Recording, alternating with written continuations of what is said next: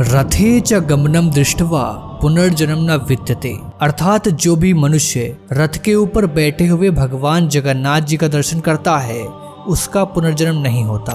दोस्तों, इस सृष्टि को बनाने, चलाने और इसके विनाश की जिम्मेदारी त्रिदेवों में बटी हुई है। भगवान ब्रह्मा इस सृष्टि का सृजन करते हैं, भगवान विष्णु इस सृष्टि को सुचारू रूप से चलाते हैं, और जब भी ये सृष्टि पाप से असंतुलित होने लगती है तो भगवान शिव इसका विनाश कर देते हैं। दोस्तों, जब दुनिया की शुरुआत हुई तो सभी देवता धरती पर निवास करते थे। भगवान विष्णु बद्रीनाथ धाम में स्नान करते थे, द्वारिका में वस्त्र बदलते थे, जगन्नाथपुरी में भोजन करते थे और रामेश्वरम में विश्राम करते थे। इसी तरह जब हम भगवान शिव की बात करते हैं तो भगवान शिव का मूल निवास होता था कैलाश पर्वत, जहां वे अपने पूरे परिवार के साथ रहते थे। फिर युग परिवर्तन हुए, सतयुग आया, द्वापर युग आया, त्रेता युग आया और अंत में कलयुग आया। कहते हैं कि जब कलयुग की शुरुआत हुई तो पृथ्वी पर पाप बढ़ने लगा, दुनिया तेजी से अपने विनाश की ओर अग्रसर होने लगी और तब सभी देवताओं ने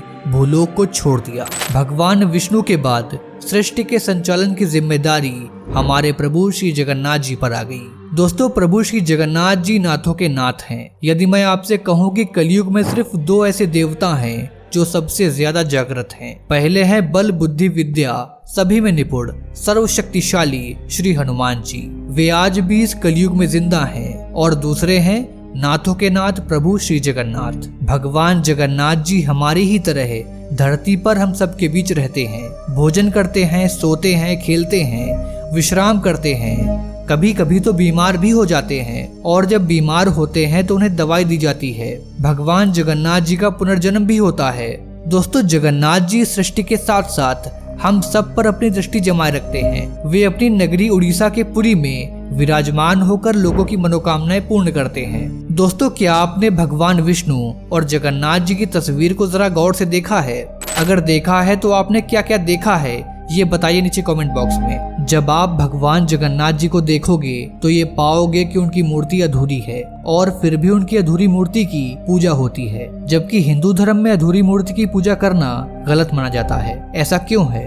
जैसे कि भगवान विष्णु के हाथों में शंख एवं चक्र होता है, उसी तरह भगवान जगन्नाथ जी के हाथों में भी शंख एवं चक्र होता है, जो आपको तब दिखेगा जब आप उन्हें तस्वीर में ध्यान से देखोगे या फिर साक्षात उड़ीसा के जगन्नाथपुरी मंदिर में दर्शन करके देख पाओगे। दोस्तों, क्या आपको पता है कि भगवान जगन्नाथ जी भी इस धरती को छोड़ देंगे और ये तब होगा जब कल्कि अवतार का जन्म होगा।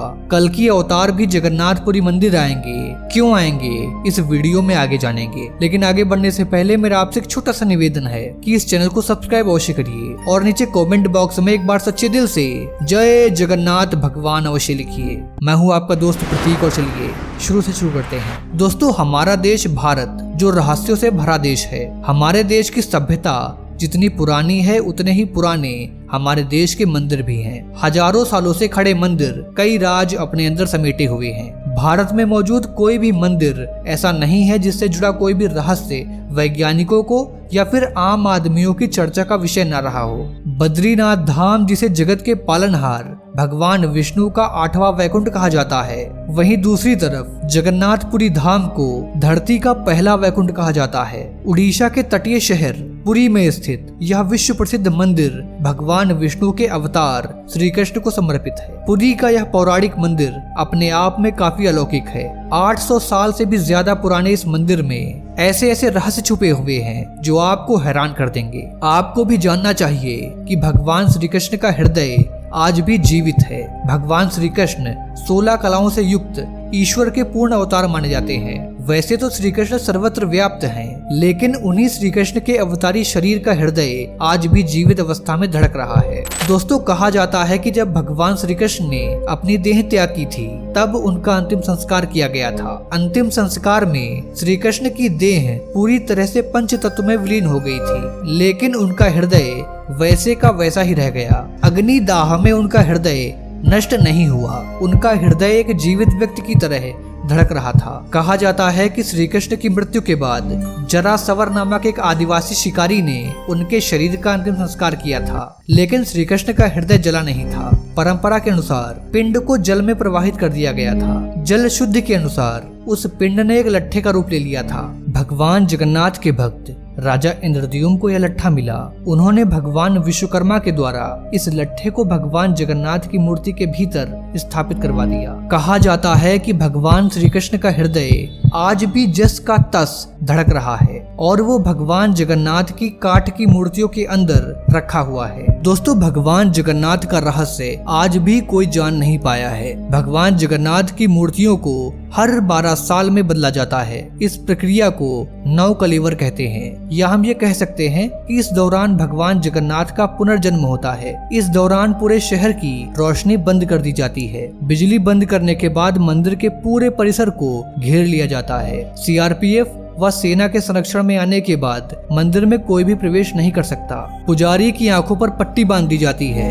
उनके हाथों में मोटे मोटे दस्ताने पहनाए जाते हैं। मंदिर के अंदर घोर घने अंधकार के बीच पुजारी उस पदार्थ को बाहर निकालता है, फिर उसे नई मूर्ति में स्थापित कर देता है। इसी भगवान श्री कृष्ण के हृदय को ब्रह्म पदार्थ कहते हैं। इस ब्रह्म पदार्थ के रहस्य को आज तक कोई भी समझ नहीं पाया। सैकड़ों वर्षों से एक मूर्ति से दूसरी मूर्ति में यह ब्रह्म पदार्थ स्थानांतरित किया जा रहा है। खास बात यह है कि ब्रह्म पदार्थ को बदलने वाला पुजारी भी ये नहीं जानता कि वह किस चीज को हस्तांतरित कर रहा है, क्योंकि उसके हाथों में दस्ताने होते हैं और आंखों पर पट्टी बंधी होती है। हालांकि ब्रह्म पदार्थ को बदलने वाले पुजारी यह जरूर कहते हैं कि वह जिस पदार्थ को बदलते हैं वह किसी खरगोश के जैसे उछलता है। आज जो पुरी के मंदिर के विषय में आश्चर्यजनक बातें सुनते हैं, यह उसी ब्रह्म पदार्थ का ही चमत्कार है। उसके चमत्कारों की व्याख्या अनंत है। दोस्तों, इसी ब्रह्म पदार्थ में भगवान श्री कृष्ण की सभी ईश्वरीय शक्तियां समाहित हैं। कहते हैं कि जब कलयुग का अंत होगा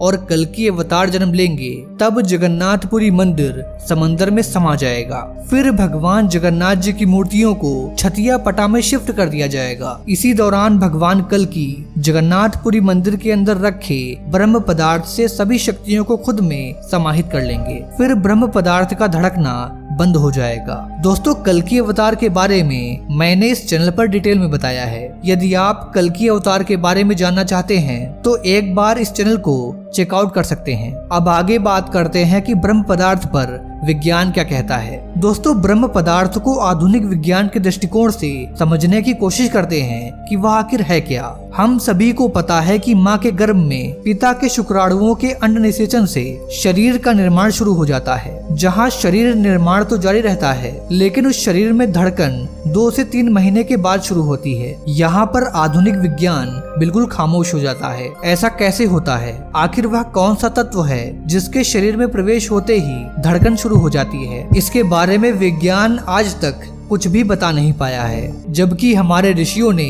इससे बहुत साल पहले ही खोज लिया था, जिसे सनातन धर्म में प्राण ऊर्जा के नाम से संबोधित किया जाता है। प्राण ऊर्जा ही वह ऊर्जा है जो इस नश्वर शरीर को जीवांतता प्रदान करती है, जो जड़ शरीर में चेतना विस्तारित करती है। तो प्राण ऊर्जा ही मूल है और असीमित भी। दोस्तों, ये प्राण ऊर्जा सृष्टि की सृजनात्मक ऊर्जा का ही एक अंश है। इसको ऐसे समझ सकते हैं, अगर हम शरीर को ट्रांसफार्मर मान लें और प्राण ऊर्जा को विद्युत, तो यह शरीर के ऊपर है कि वह 220 वोल्ट तक की ऊर्जा को ग्रहण करे या फिर 21,000 वोल्ट तक की ऊर्जा को। इस ऊर्जा से शरीर को केवल जीवंतता ही नहीं मिलती, बल्कि आश्चर्यजनक और अचंभित कर देने वाले परिणाम भी देखने को मिलते हैं। हमारे यहाँ तो योगियों ने इस ऊर्जा को संकलित करके जीवित रहते ही शरीर के बाहर निकल जाने की व्यवस्था को खोजा है, फिर अपनी मर्जी से शरीर में पुनः प्रवेश करने के मार्ग को भी खोजा, जिसे हम सभी परकाया प्रवेश के नाम से जानते हैं। ऐसे ही हिमालय की गुफाओं में तपस्यारत योगियों के बारे में सुना होगा, जिनकी तपस्या के मार्ग में यह शरीर कभी भी बाधा नहीं रहता। तो जरा सोचिए कि जिस श्री कृष्ण को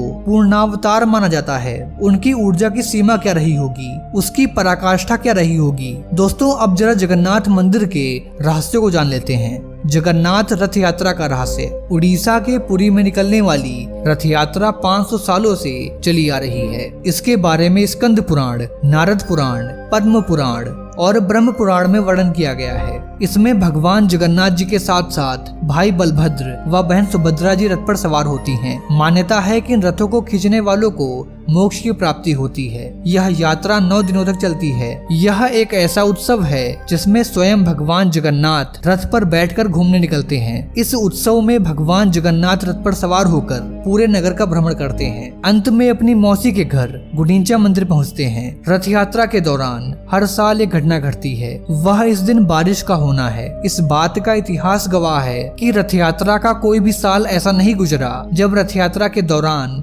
बारिश ना हुई हो। इस पर कई बार बुद्धिजीवियों में चर्चा हुई। यह कहा गया कि यह मात्र एक संयोग है। संयोग कुछ बार तो हो सकता है, लेकिन सालों से रथ यात्रा के दौरान बारिश का होना कोई संयोग नहीं हो सकता।